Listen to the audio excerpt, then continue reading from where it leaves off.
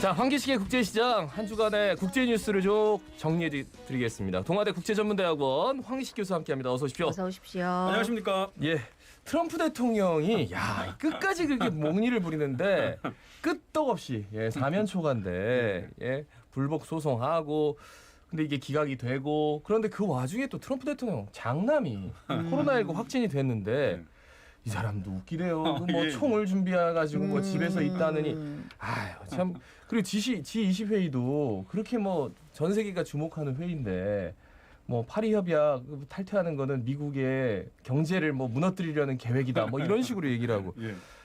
이게 사면초가인데 개인적으로는 좌충우돌입니다. 맞습니다. 예. 좀 소개해 주시죠.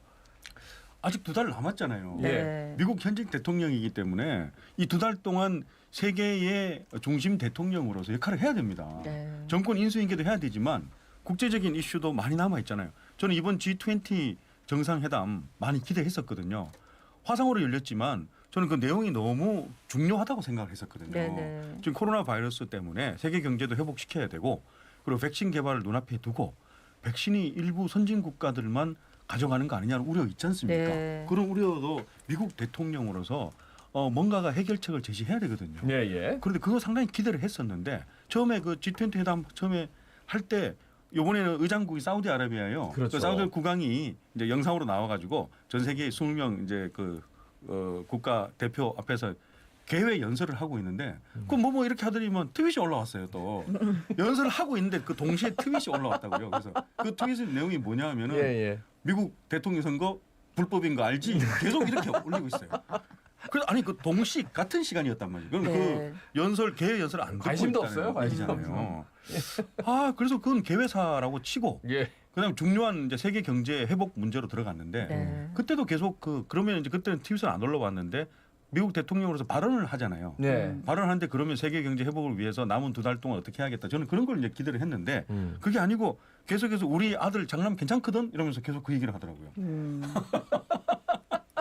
그러더니 아니 전 세계 19개국에서 자기 아들 괜찮은 게 뭐가 궁금해요. 왜 관심이 없다는 얘기죠. 네. 그러더니만 결국은 그 재무장관을 예. 화상회의지만 재무장관을 대타로 참석시키고 본인은 또 일어났습니다. 이제 그 골프 치러 갔는데 이게 뭐 제가 그렇게 비판하지 않아도 사람들 마음은 똑같기 때문에 그 다음 날 지난 주말 일이었거든. 토요일 날 했으니까요. 그 다음 날 세계 언론들이 전부 다 그 무성의한 태도를 질책하는 그런 보도를 쏟아냈습니다.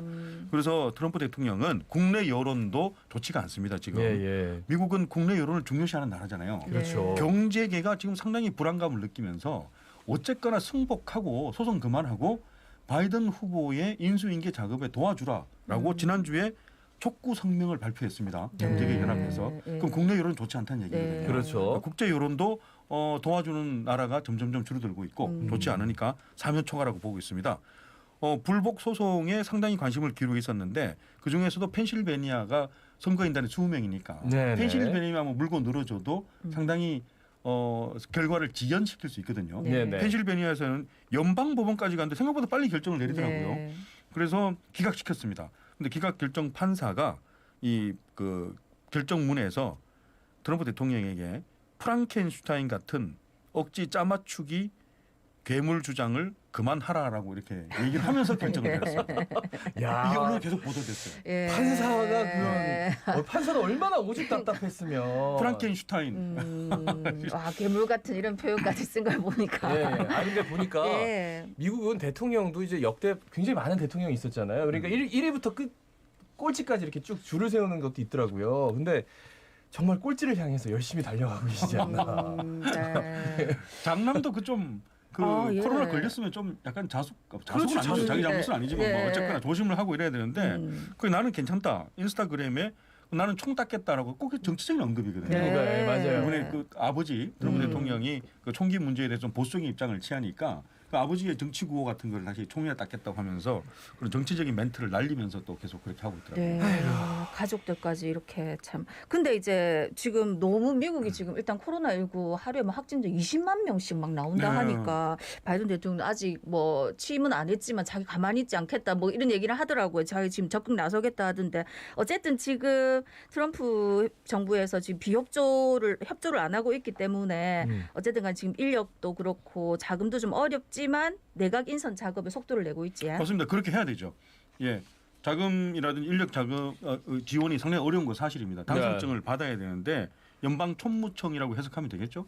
GSA니까 예, 그 연방 총무청에서 총무청장이 지금 당선증 발급을 연기하고 있습니다. 계속 미루고 있습니다. 그 이유는 헌법에서는 당선자가 확실할 경우에 당선증을 발급하라고 했다라고 하는데 지금쯤이면은 너무 늦다라는 여론이 나오고 있거든요. 예, 당선증을 발급 못 받으니까 인수위를 정식으로 꾸리지를 못하고 그렇죠. 인수위의 인력들에게 월급도 줘야 되고 그 사무실 유지도 해야 되는데 또 그 보안 감청이나 이런 데에 대한 현 정부의 지원을 받아야 되잖아요. 예, 아직까지 예, 대통령이 그렇죠. 아니니까. 네. 근데 그런 것도 못 하고 있으니까 자금은 원래 1,000만 불을 먼저 받도록 돼 있거든요. 1,000만 달러면 110억 정도를 인수위 사무실 바로 즉각 받도록 돼 있습니다. 근데 그걸 못 받고 있습니다. 네네. 연방 총무청장 참 에밀리 머피 대단한 사람입니다. 아무리 트럼프 대통령의 핵심 신복이고 3년 동안 총무청장으로 임명받아서 충성하고 있지만 그래도 에밀리 머피 빨리 그 당선증을 발급하라는 여론도 높아지고 있습니다. 그런데요, 이게 당선증이 발급이 늦어지면은 이게 무슨 문제가 있냐면 그런 인력 지원 문제도 있지만은 예. 2000년 우리 그 조지 부시 대통령 때도 재검표가 늦어지면서 상당히 12월 한 12일 돼야 겨우 당선증을 받았거든요. 그랬죠. 그럼 한 달 한 반 정도를 계속 허비했다는 얘기가 됩니다. 지금처럼.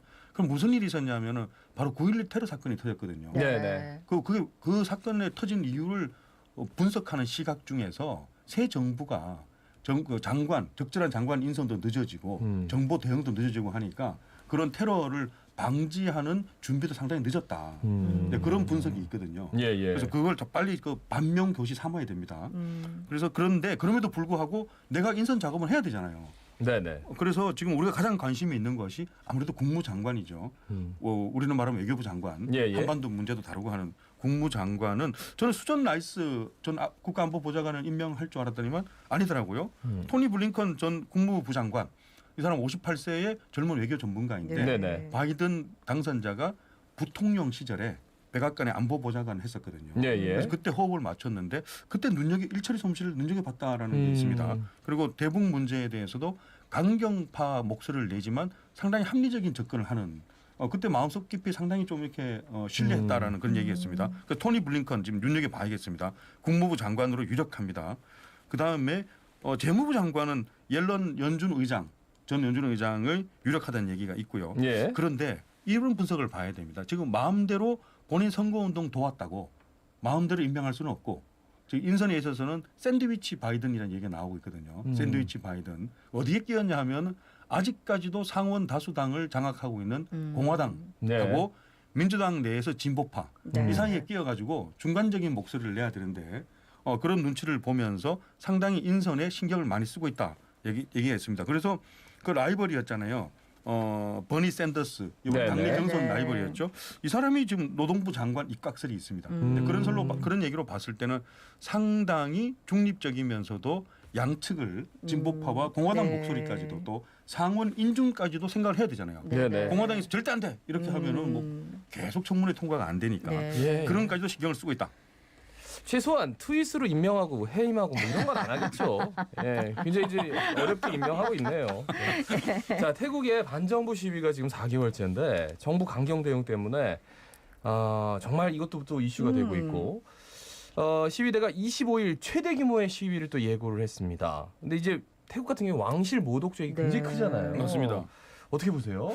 여기도 우리가 좀 미국 대선 때문에 관심을 못 가졌는데 상당히 오랫동안 이어지고 있고요. 4개월째 넘게 이어지고 있고 시위 규모도 줄어들지 않고 또 정부도 양보하지 않고 더 강경 대응을 하고 있거든요. 예, 예. 그럼 시위대도 더욱더 강경하게 하고 있고 지난 주말 보니까 총상 환자까지 발생을 했습니다. 네네. 이 경찰을 쏜 게 아니거든요. 그럼 시위대가 상당히 폭력 시위로 바뀌고 있다는 얘기가 되니까 예, 예. 의회 앞에서 제대로 개헌하라고 요구하는 시위대가 한 10,000명이 넘어 보이더라고요. 네. 더 충격적인 거는 이제 고등학생 시위가 상당히 지금 많이 고등학생들 시위에 참여하고 있는데 이 학생들도 보니까 그 왕실 그 개혁 문제를 언급을 하더라고요. 군주제 개혁 문제를 언급을. 네네. 그래서 이거 하나 알아놔야 될 것 같습니다. 태국 시위는 보면 손가락 3개를 하거든요.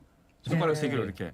그 손가락 3개로 시위들이 다 손가락 3개를 이렇게 하고 있습니다. 가운데 손가락 3개를 이렇게. 네. 그 손가락 3개가 선거 민주주의, 자유 이런 의미라고 했는데 구체적으로 물어보니까 첫 번째 손가락이 지금 현재 총리 퇴진해야 되고 브라유 총리. 두 번째가 제발 합리적인 개헌을 해야 되고 그 마지막 손가락은 뭐냐 했더니만 이게 핵심입니다. 너무 오랫동안 이어져 오는 군주제를 좀 제발 개혁하자. 요 세 가지 의미로 손가락 세 개를 하는데 그러면 지금 현 총리는 퇴진하지 않고 브라유 총리는 더욱 강경하게 법 적용하겠다고 엄포를 놨거든요. 그럼 강경한 법 적용이 뭐냐 그랬더니만 15년까지 할 수 있는 왕실 모독죄를 적용시키겠다. 최근 2년 동안은 내국인들에게 엄포만 났지 왕실 모독죄 15년형 적용시킨 적이 없는데 외국인에게 적용시킨 적이 있습니다. 그런데 이제는 적용시키겠다라고 하거든요. 그럼 시위대는 더욱더 감정 싸움이 되는 거죠. 그런데 왜 지난주에 의회 앞에서 제대로 개헌 요구를 했냐 하면은 지난주 중에 하도 시위가 강하니까 상하원 합동으로 모여가지고 진짜 개헌해야 되느냐 시위대 요구대로 그럼 개헌안을 만들어 봐야 되느냐고 큰 회의가 열렸거든요. 시위대 그날은 조용했습니다. 그런데 그 시위대 요구하는 개헌안을 의회에서 최종 부결시키고 왕실의 권한은 그대로 유지돼야 된다. 이걸 골자로 해서 그럼 우리 헌법개정위원회 한번 만들어 볼래. 헌법개정위원회 만드는 그런 두리뭉실한 결론을 냈어요. 이러니까 이번 25일 날 가장 최대 규모 시위를 하겠다. 일종의 압박을 하겠다는 거죠. 태국 시위 이번 주 중에 어떻게 진행되는지 잘 살펴봐야 됩니다. 심상치가 않네요, 분위기가. 그러네요. 근데 다음 소식은 이제 저는 몰랐는데 유럽에서 한인 동포가 제일 많이 거주하는 데가 런던입니까? 몰랐습니다. 근데 이제 이 런던에서 남북 출신 동포 평화 포럼이 개최됐다 하는데 어떤 내용입니까? 이것도 좀 소개시켜 드려야 될 것 같아요. 외국에 살다 보면요. 한인타운에 보면은 그 지금까지는 거기 한인타운에서는 당신은 서울 출신이야 아니면 뭐 어디 저 경상도 출신이야 부산 출신이야 있었는데 그렇게 해서 약간 좀 이렇게 타운별로 모이고 이랬는데 지금은 그게 이슈가 아니고 같은 한국말을 쓰는데 혹시 그 당신은 북한 출신이냐 남한 출신이냐 이제 이게 이슈가 돼서 유럽 지역을 살펴봤더니만 런던에 영국 한인이 4만 명 정도가 있는데 그 중에 1,000명 이상이 탈북자 출신입니다. 그럼 탈북자 출신은 따로 한인촌을 구성하는 것이 아니고 원래 한인촌에 들어와서 거기서 같이 어울려서 사는 것을 희망하거든요. 그런데 이번에 그 자세한 목소리를 들어본 적이 없었는데 런던 한인타운에서 한인협의회에서 남북 동포 간담회를 만들었어요. 그 구체적인 목소리가 나오더라고요. 지금까지 우리는 즉 남한 출신들은 잘 비교적 한인타운에 잘 받아들이고 배려했다고 생각을 하는데 마이크를 잡고 그동안의 문제점 같은 걸 얘기해보라고 하니까 너무 많은 얘기가 나와요. 우리가 새겨 들어야 돼요. 편견보다 무서운 건 선입견이라는 거죠. 선입견이고 그게 학부모 아이들 다 런던에 있는 초등학교 이제 보내고 학부모 한인 학부모들끼리 찬잔하잖아요. 그럼 얘기도 잘 들어주고 아이고 누구 엄마 이렇게 얘기를 하다가 누구 엄마는 그 약간 사투리 쓰는 것 같은데 고향이 어디예요? 부산? 뭐 안동? 이렇게 하니까 아니요 저 그 북한 탈북자입니다. 이렇게 얘기하니까 갑자기 그 학부모 모임에서 싹 배제가 되고 그런 얘기를 하더라는 거죠. 그래서 앞으로 절대로 이제는 한인 사회에서는 남북 화해하는 것이 가장 중요한 이슈라고 얘기를 하고 해외에서 모두가 소수 민족이니까 맥주 마시기 또는 커피 마시기를 한인타운에서 남북 동포들끼리 정례화시키자라고 하고 마지막은 이렇게 하더라고요. 3일 만세운동 태극기 하는 거 있잖아요. 남북 그 동포가 다 손잡고 3일 만세운동을 하고 그런 퍼포먼스로 마무리하더라고요. 훈훈한 그런 뉴스였습니다. 그러니까 외국에 거주하는 우리 동포들이 그렇죠. 거기도 한인 사회니까. 그런데 우리도 소수민족인데 누가 누구를 구별하느냐, 차별하느냐, 이런 말씀을 그래요. 우리가 좀 새겨드릴 필요도 있고 울림이 있네요. 마지막 소식 황식 교수님 아니면 이거 못 가져온 거잖아요. 그렇죠. 시간이 한 20초밖에 없는데. 아유 여기까지 말씀드려야 될 것 같습니다. 오늘 말씀 잘 들었고요. 다음 주에도 멋진 국제 뉴스 기다리겠습니다. 고맙습니다. 지금까지 동아대학교 국제전문대학원 황기식 교수였습니다. 고맙습니다. 네, 고맙습니다. 한지민 씨가 선택한 자동차 보험은